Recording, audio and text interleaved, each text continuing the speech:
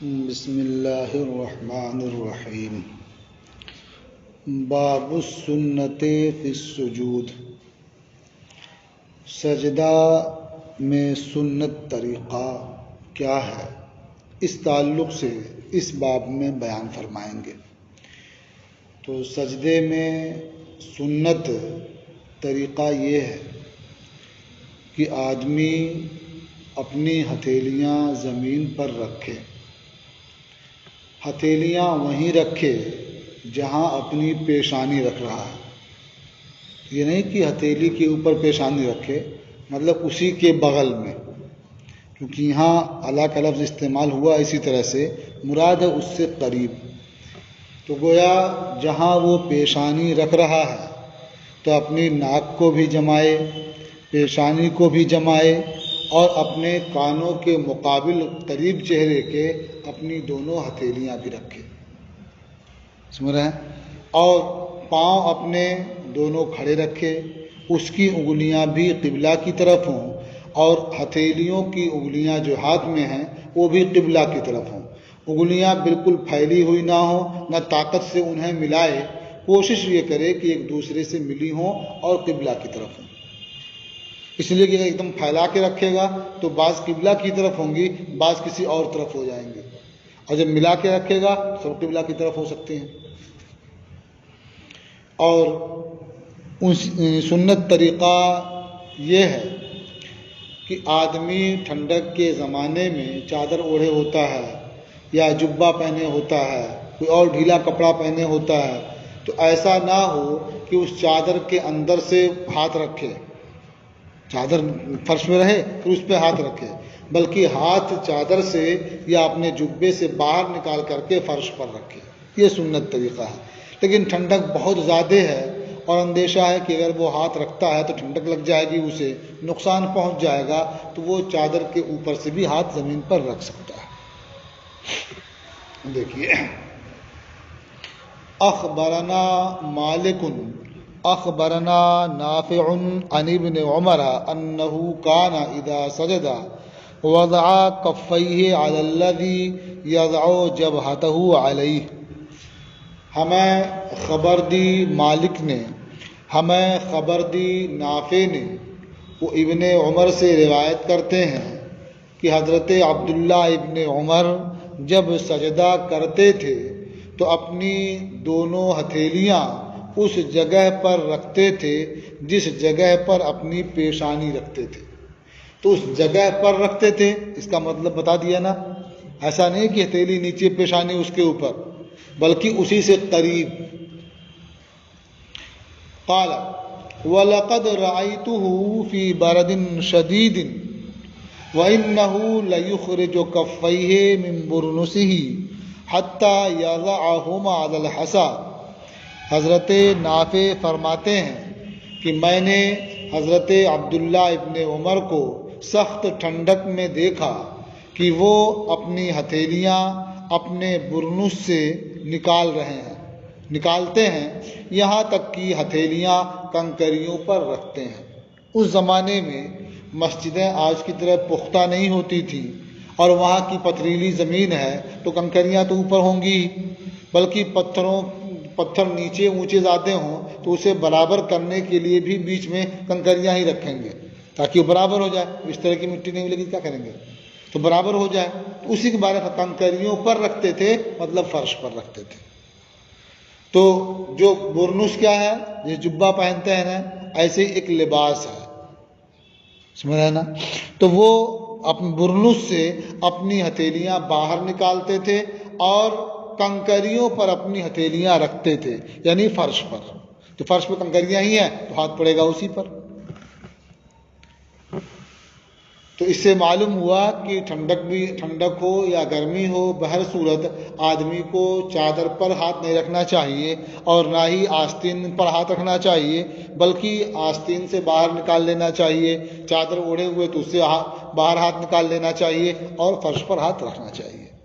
یہ سنت طریقہ ہے۔ اخبرنا مالک اخبرنا نافع عن ابن عمر۔ آپ کے شبہ کا جواب اس میں بھی رہے تو ٹھیک ہی ہے نا. دیکھیے دستانہ پہننے کا مسئلہ اس سے الگ ہے. آدمی دستانہ پہنے ہوئے ہو ٹھنڈک میں تو اس کے ساتھ ہی وہ سجدہ کرے تو یہ سنت کے خلاف نہیں ہوگا. سنت کے خلاف اس صورت میں ہوگا جب کہ آدمی اپنا ہاتھ چادر کے اندر رکھے ہو یا جبے کے اندر رکھے ہو، آستین بڑھا لے اور سجدہ اس پر کرے، تب یہ سنت کے خلاف ہوگا.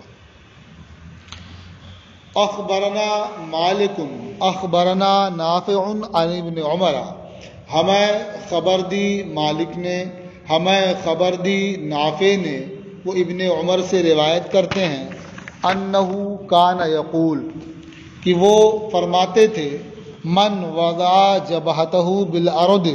دیکھیے اوپر نون بنا ہوا ہے نا، تو اس کے بارے میں نے پہلے بتایا تھا کہ یہ اشارہ ہوتا نسخے کی طرف، تو اس میں بالارض ہے اور بعض نسخوں میں فی الارض ہے جو کنارے لکھ دیا گیا. من وضع جبہتہ بالارض، جو شخص اپنی پیشانی زمین پر رکھے، مطلب کیا رکھے گا؟ رکھنے کا ارادہ کرے. جیسے قرآن پاک میں نا، اذا قمتم الی الصلاۃ فاغسلوا وجوہکم، جب تم نماز کے لیے کھڑے ہو تو وضو اپنے چہروں کو دھلو. تو کیا نماز کے لیے کھڑے ہونے کے بعد چہرہ دھلیں گے؟ جب نماز کا ارادہ کریں گے تو وضو کریں گے نا. اسی طرح سے یہاں ہے کہ من وضع جبہتہ بالارض، جو شخص اپنی پیشانی زمین پر رکھے یعنی رکھنے کا ارادہ کرے، فلیضع کفیہ، تو وہ اپنی ہتھیلیاں رکھے. سمجھا نا؟ ہتھیلیاں پہلے رکھے گا اور پیشانی اس کے بعد رکھے گا. ثم اذا رفع جبہتہ فلیرفع کفیہ، پھر جب وہ اپنی پیشانی اٹھائے تو اپنی ہتھیلیوں کو اٹھائے. فإن اليدین تسجدان کما یسجد الوجہ، کیونکہ دونوں ہاتھ یہ سجدہ کرتے ہیں جس طرح سے چہرہ سجدہ کرتا ہے. اس میں اس بات کی جانب اشارہ ہے کہ بہتر یہ ہے کہ انگلیاں یہ قبلہ رو ہوں، اس لیے کہ جب سجدہ کر رہی ہیں انگلیاں بھی تو چاہیے بھی قبلہ رو ہوں. تو فإن اليدین تسجدان کما یسجد الوجہ، کیونکہ دونوں ہاتھ یہ سجدہ کرتے ہیں جس طرح سے چہرہ سجدہ کرتا ہے. قال محمد وبہذا ناخذ، امام محمد رحمۃ اللہ علیہ نے فرمایا کہ اور اسے ہم اختیار کرتے ہیں. کسے اختیار کرتے ہیں؟ اسی کی آگے وضاحت فرما دیتے ہیں. ينبغي للرجل اذا وضع جبهته ساجدا ان يضع كفيه بحذاء اذنيه، مرد کے لیے بہتر یہ ہے کہ جب وہ اپنی پیشانی سجدے میں رکھے تو کیا بہتر ہے؟ بہتر یہ ہے کہ وہ اپنی ہتھیلیاں اپنے کانوں کے مقابل رکھے. یعنی مرد جب اپنی پیشانی سجدے میں رکھے تو اس کے لیے بہتر ہے کہ اپنی ہتھیلیاں اپنے کان کے مقابل رکھے. وَيَجْمَعُ أَصَابِعَهُ نَحْوَ الْقِبْلَةِ، اور اپنی انگلیوں کو قبلہ کی جانب وہ جمع کرے، یعنی پھیلائے نہیں بالکل، بلکہ انگلیاں جمع کرے اور اس طرح وہ قبلہ رو ہوں گی. وَلَا يَفْتَحُهَا، اور انگلیوں کو کھولے نہیں، پھیلائے نہیں. فَإِذَا رَفَعَ رَأْسَهُ رَفَعَهُمَا مَعَ ذَلِكَ، اور جب اپنا سر اٹھائے تو اپنی دونوں ہتھیلیوں کو بھی اٹھائے، مع ذالک، سر اٹھانے کے ساتھ، مطلب بہت تاخیر نہ کرے. فَأَمَّا مَنْ أَصَابَهُ بَرْدٌ يُؤْذِي وَجَعَلَ يَدَيْهِ عَلَى الْأَرْضِ مِنْ تَحْتِ كِسَاءٍ أَوْ ثَوْبٍ فَلَا بَأْسَ بِذَلِكَ، لیکن جس شخص کو تکلیف دہ ٹھنڈک لگ رہی ہو، پہنچ رہی ہو، من اصابہ بردن، لیکن وہ شخص جسے ٹھنڈک پہنچے، کیسی ٹھنڈک؟ یوزی، جو اسے تکلیف دے، یعنی تکلیف دہ ٹھنڈک جسے لگے اور وہ اپنے ہاتھ زمین پر رکھے چادر کے نیچے سے یا کپڑے کے نیچے سے، فلا باسا بذالک، تو اس میں کوئی حرج نہیں ہے. یعنی وہ اس طرح بھی کر سکتا ہے۔ تو آپ بتائیں، جب ٹھنڈک لگنے کی صورت میں جس سے تکلیف کا اندیشہ ہو تو وہ چادر کے اوپر سے رکھ سکتا ہے، کپڑے کے اوپر سے رکھ سکتا ہے، تو دستانہ الگ سے پہنا ہو تو کیوں نہیں رکھ سکتا؟ رکھ سکتا ہے نا۔ وَهُوَ قَوْلُ أَبِي حَنِيفَةَ، اور یہ امام اعظم ابو حنیفہ رحمۃ اللہ علیہ کا قول ہے۔ باب الجلوس فی الصلاۃ، نماز میں بیٹھنے کا باب۔ تو نماز میں آدمی کب بیٹھے گا؟ ظاہر ہے دونوں سجدوں کے درمیان بیٹھے گا اور قعدے میں بیٹھے گا۔ اس کے علاوہ بیٹھنے کی کوئی اور جگہ ہے؟ نہیں ہے نا۔ تو اب دونوں سجدوں کے درمیان کیسے بیٹھے گا اور قعدہ میں کیسے بیٹھے گا؟ تو ہمارے یہاں دونوں صورتوں میں بیٹھنے کا ایک ہی طریقہ ہے۔ وہ کیا طریقہ ہے کہ آدمی اپنا داہنا پنجہ کھڑا کر دے گا، اس کی انگلیاں قبلہ رو کر دے گا اور بایاں پنجہ بچھا دے گا، اسی پر بیٹھ جائے گا۔ یہی نہ ہے؟ لیکن بعض ائمہ کے یہاں اس سے ذرا ہٹ کر کے بھی ہے۔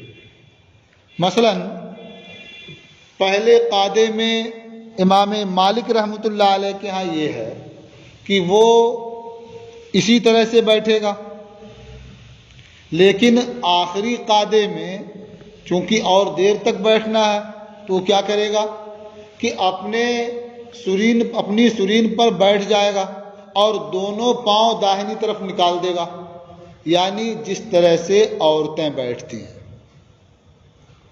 سمجھ رہے ہیں نا؟ دیکھیے، اخبرنا مالک حدثنا عبداللہ ابن دینار، ہمیں خبر دی مالک نے، ہم سے حدیث بیان کی عبداللہ ابن دینار نے، عن ابن عمر انہ صلی فی جنبہ رجل، وہ ابن عمر سے روایت کرتے ہیں کہ ان کے پہلو میں ایک شخص نے نماز ادا کی۔ کس کے پہلو میں؟ ہاں، حضرت عبداللہ ابن عمر کے پہلو میں۔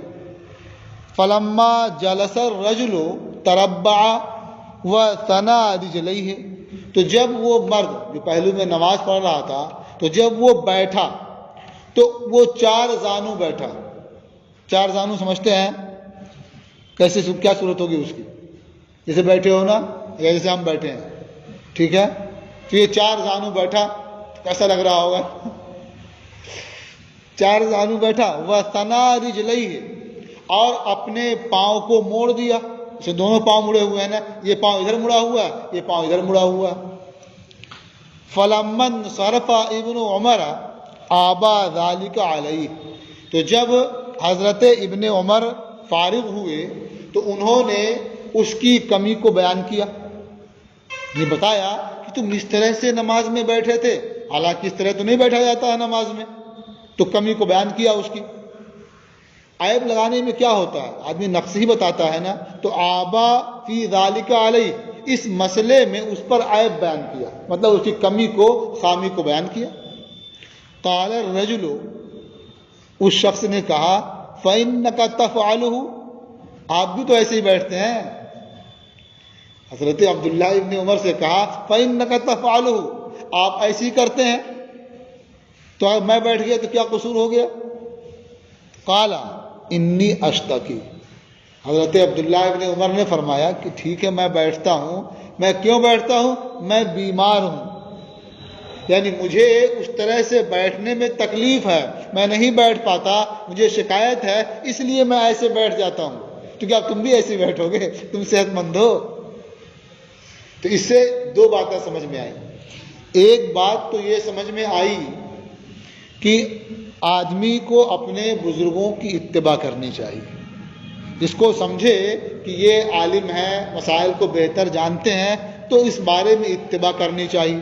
لیکن اگر کہیں شبہ ہو تو پوچھ بھی لینا چاہیے، یا بہت سے لوگوں کو اس کے خلاف کرتے دیکھیں تو ان سے پوچھ لینا چاہیے کہ ہو سکتا ہے ان کا عمل کسی مجبوری کی وجہ سے ایسا ہو۔ تو جب وہ شخص اور نمازیوں کو دیکھ رہا تھا کہ اس طرح نہیں بیٹھتے ہیں، یہ اس طرح بیٹھتے ہیں، تو اسے چاہیے تھا کہ اس طرح نہ بیٹھتا، یا بیٹھنے سے پہلے پوچھ لیتا کہ آپ اس طرح بیٹھتے ہیں اور لوگ اس طرح بیٹھتے ہیں، یہ بات نہیں ہوتی نا۔ اچھا، دوسری بات یہ بھی معلوم ہوئی کہ جو ذمہ دار ہو اسے چاہیے کسی کو خلاف سنت کرتا ہوا دیکھے یا خلاف شرع کرتے ہوئے دیکھے اسے ٹوک دے۔ انہوں نے دیکھا کہ وہ اس طرح بیٹھ رہے ہیں تو ٹوک دیا فوراً۔ اب جو اس کے دل میں خلجان تھا وہ بھی دور ہو گیا نا، تو ابھی آپ بیٹھتے تو ہم بھی ایسے بیٹھ گئے۔ کہا میں جو بیٹھتا ہوں یہ مجھے تکلیف ہے، میں اس طرح نہیں بیٹھ پاتا اس لیے اس طرح بیٹھتا ہوں۔ دو باتیں ہوئی نا۔ تیسری بات یہ بھی سمجھ میں آئی کہ اگر آدمی بیمار ہے، پریشان ہے، تو جس طرح سے بیٹھ پائے ویسے ہی بیٹھے، اس کی نماز ہو جائے گی۔ سمجھ رہے نا؟ ایک تو سنت طریقہ ہوا جب مجبوری نہ ہو، صحت مند ہو تب، لیکن کوئی بیماری ہو، کوئی مجبوری ہو، ہاتھ پاؤں میں تکلیف ہو، تو آدمی جس طرح بیٹھ پائے وہ کافی ہے اس کے لیے۔ جیسے اس زمانے میں لوگ کرسی بیٹھ کے پڑھتے ہیں نا، تو صرف بیٹھ پاتے ہیں تو وہی کافی ہے ان کے لیے۔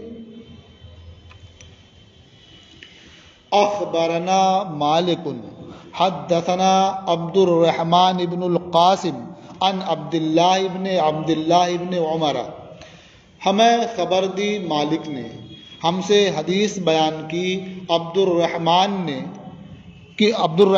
ابن قاسم نے، وہ روایت کرتے ہیں عبداللہ ابن عمر سے، انہو کانا یرا اباہ یتربع فی الصلاۃ، کہ عبداللہ اپنے والد عبداللہ ابن عمر کو نماز میں 4 زانوں بیٹھتے دیکھتے تھے۔ ادھر دیکھتے تھے کہ وہ 4 زانوں ہو جاتے ہیں جب بیٹھتے ہیں، یعنی نماز میں 4 زانوں بیٹھتے ہیں۔ قال ففعلته وانا یومئذ حدیث السن، وہ کہتے ہیں کہ میں نے بھی ایسے ہی کیا، میں بھی نماز میں 4 زانوں بیٹھا، اور ان دنوں میں کم عمر تھا، نئی عمر تھی، دیکھا کہ ایسے والد صاحب کر رہے ہیں تو ہم بھی ویسے کرنے لگے۔ فنہانی ابی، تو میرے والد نے مجھے منع کیا۔ فقال انہا لیست بسنت الصلاۃ، اور فرمایا کہ اس طرح 4 زانوں بیٹھنا یہ نماز کا طریقہ نہیں ہے، نماز میں سنت طریقہ ہے، یہ ایسا بیٹھنا نہیں ہے۔ وَإِنَّمَا سُنَّتُ الصَّلَاةِ، اور نماز کی سنت کیا ہے، نماز کا طریقہ کیا ہے، نماز میں بیٹھنے کا طریقہ کیا ہے؟ بیٹھنے کا طریقہ یہ ہے کہ تم اپنے داہنے پاؤں کو کھڑا کر لو، داہنے پاؤں کو کھڑا کر لو، وَتَثْنِيَ رِجْلَكَ الْيُسْرَى، اور اپنے بائیں پاؤں کو موڑ لو، تو داہنا کھڑا کر لیا اور بائیں کو موڑ لیا ادھر، تو اس طرح بیٹھیں گے تو یہی سنت طریقہ ہے۔ تو جس طرح سے اس شخص کو شبہ ہوا تھا نا جو پہلے میں پڑھ رہا تھا کہ آپ بھی ایسے بیٹھتے ہیں، وہ بھی بیٹھ گیا ویسے ہی، تو اسی طرح سے ان کے بیٹے حضرت عبداللہ نے بھی دیکھا کہ والد صاحب ایسے کرتے ہیں، انہوں نے بھی ایسے ہی کیا، تو والد صاحب نے ان کو بھی سمجھا دیا۔ قال محمد وبہذا ناخذ، امام محمد نے فرمایا اور اسے ہم اختیار کرتے ہیں، یعنی جو صورت بیان کی گئی کہ داہنا پاؤں آدمی کھڑا کرے اور بائیں پاؤں کو اس کی طرف موڑ لے، اسے کہتے ہیں بچھا لے، تو اسے ہم اختیار کرتے ہیں۔ وَهُوَ قَوْلُ أَبِي حَنِيفَةَ رَحِمَهُ اللَّهُ، اور یہ امام اعظم ابو حنیفہ رحمۃ اللہ علیہ کا قول ہے۔ وَكَانَ مَالِكُ بْنُ أَنَسٍ يَأْخُذُ بِذَلِكَ فِي الرَّكْعَتَيْنِ الْأُولَيَيْنِ، اور امام مالک ابن انس اس صورت کو اختیار کرتے ہیں پہلی 2 رکعتوں میں، یعنی جب قعدہ اولا کرنا ہوگا تو اس طرح سے بیٹھے گا۔ وَأَمَّا فِي الرَّابِعَةِ، لیکن 4تھی رکعت میں یعنی قعدہ اخیرہ میں پھر کیسے بیٹھے گا؟ فَإِنَّهُ كَانَ يَقُولُ، تو وہ فرماتے تھے يُفْضِي الرَّجُلُ بِأَلْيَتَيْهِ إِلَى الْأَرْضِ، کہ آدمی اپنی سرین کو زمین تک پہنچا دے گا، وَيَجْعَلُ رِجْلَيْهِ إِلَى الْجَانِبِ الْأَيْمَنِ، اور اپنے دونوں پاؤں داہنی جانب کر دے گا۔ تو بتایا تھا نا کہ قعدہ اولا میں اسی طرح بیٹھے گا جس طرح ہمارے یہاں بیٹھتے ہیں، لیکن قعدہ اخیرہ میں کچھ دیر تک بیٹھنا ہوتا ہے، تو وہ کہتے ہیں کہ دونوں پاؤں داہنی طرف نکال دے گا اور سرین پر بیٹھ جائے گا۔ اخبرنا مالک اخبرنا صدقۃ بن یسار عن المغیرۃ بن حکیم، ہمیں خبر دی مالک نے ہمیں خبر دیا صدقہ ابن یسار نے۔ وہ روایت کرتے ہیں مغیرہ ابن حکیم سے، انہوں نے فرمایا رأیت ابن عمر یجلس علی عقبیہ بین السجدتین فی الصلاۃ، میں نے حضرت عبداللہ ابن عمر کو دیکھا کہ وہ نماز میں سجدوں کے درمیان اپنی ایڑی پر بیٹھتے ہیں۔ آپ دیکھتے ہوں گے کبھی کبھی مسجد میں کچھ لوگ کیونکہ سجدے سے اٹھتے ہیں، تھوڑی دیر کا موقع ہوتا ہے تو آرام سے بیٹھتے نہیں، ایسے ہی جو ہے وہ ایڑی پر گویا سجود رکھے ہوتے ہیں اور ٹکے رہتے ہیں ایسے ہی، پھر اگلا سجدہ کر لیتے ہیں۔ تو فرما رہے ہیں کہ حضرت عبداللہ ابن عمر اسی طرح سے سجدے کے درمیان بیٹھتے تھے۔ فَذَكَرْتُ لَهُ، تو یہ کہتے ہیں یعنی مغیرہ ابن حکیم کہتے ہیں کہ میں نے ان سے اس کا تذکرہ کیا کہ آخر آپ اس طرح سے کیوں بیٹھتے ہیں جبکہ اور لوگ تو اس طرح نہیں بیٹھتے۔ فقال انما فعلته منذ اشتكيت، فرمایا کہ میں نے ایسا کیا کب سے؟ جب سے مجھے تکلیف ہوئی، جب سے پاؤں میں تکلیف ہوئی اور اس طرح میں نہیں بیٹھ پاتا، جب سے میں اس طرح سجدوں کے درمیان بیٹھتا ہوں۔ اور قاعدے میں کس طرح بیٹھتا ہوں؟ چار زانوں۔ قال محمد وبہذا ناخذ، اچھا اس سے ایک بات سمجھ میں آ گئی، کبھی ایسا ہوتا ہے کہ آدمی نماز پڑھ رہا ہوتا ہے تو کوئی آدمی اس طرح بیٹھ جاتا ہے تو آدمی بغل والا بہت ناپسند کرتا ہے نا؟ یہ ناپسند نہیں کرنا چاہیے۔ ظاہر ہے کہ اس طرح وہ بیٹھ رہا ہے تو آپ کا طریقہ یہ ہونا چاہیے کہ جب نماز سے فارغ ہو جائیں تو اس سے دریافت کریں کہ بھائی نماز میں آپ اس طرح کیوں بیٹھتے ہیں۔ تو اگر اسے معلوم ہی نہیں کہ اس طرح بیٹھنا چاہیے تو آپ بتا دیجیے، اور کہتا کہ نہیں ہم کو یہ تکلیف ہے، پاؤں مڑتا نہیں ہے، نہیں بیٹھ پاتے ہیں، تو کوئی بات نہیں، آپ برا مت سمجھیں، وہ تو معذور ہے نا۔ قال محمد وبہذا ناخذ، امام محمد رحمۃ اللہ علیہ نے فرمایا اسے ہم اختیار کرتے ہیں۔ لا ينبغي ان يجلس على عقبیہ، یعنی اپنی ایڑیوں پر بیٹھنا مناسب نہیں ہے۔ کب؟ بین السجدتین، دو سجدوں کے درمیان۔ تو کس طرح بیٹھے گا؟ دو سجدوں کے درمیان کیوں؟ دو سجدوں کے درمیان کس طرح بیٹھے گا؟ جس طرح سے قادم بیٹھتا اس طرح بیٹھے گا، اس طرح بیٹھنا مناسب نہیں ہے۔ کس طرح؟ یعنی دونوں پاؤں کھڑا کر کے ایڑیوں بیٹھے۔ وَلَكِنَّهُ يَجْلِسُ بَيْنَهُمَا كَجُلُوسِهِ فِي صَلَاتِهِ، لیکن دو سجدوں کے درمیان اسی طرح سے بیٹھے گا جس طرح سے وہ اپنی نماز میں یعنی قاعدے میں بیٹھتا ہے۔ وَهُوَ قَوْلُ أَبِي حَنِيفَةَ، اور یہ امام اعظم ابو حنیفہ رحمۃ اللہ علیہ کا قول ہے۔ یہ باب بھی اب ختم ہوا۔ اب انشاءاللہ کل آپ پڑھیں گے باب صلاۃ القائد، یعنی بیٹھ کر جو نماز پڑھتے ہیں نا ان کی نماز کیسے ہو، وہ انشاءاللہ آپ کل پڑھیں گے۔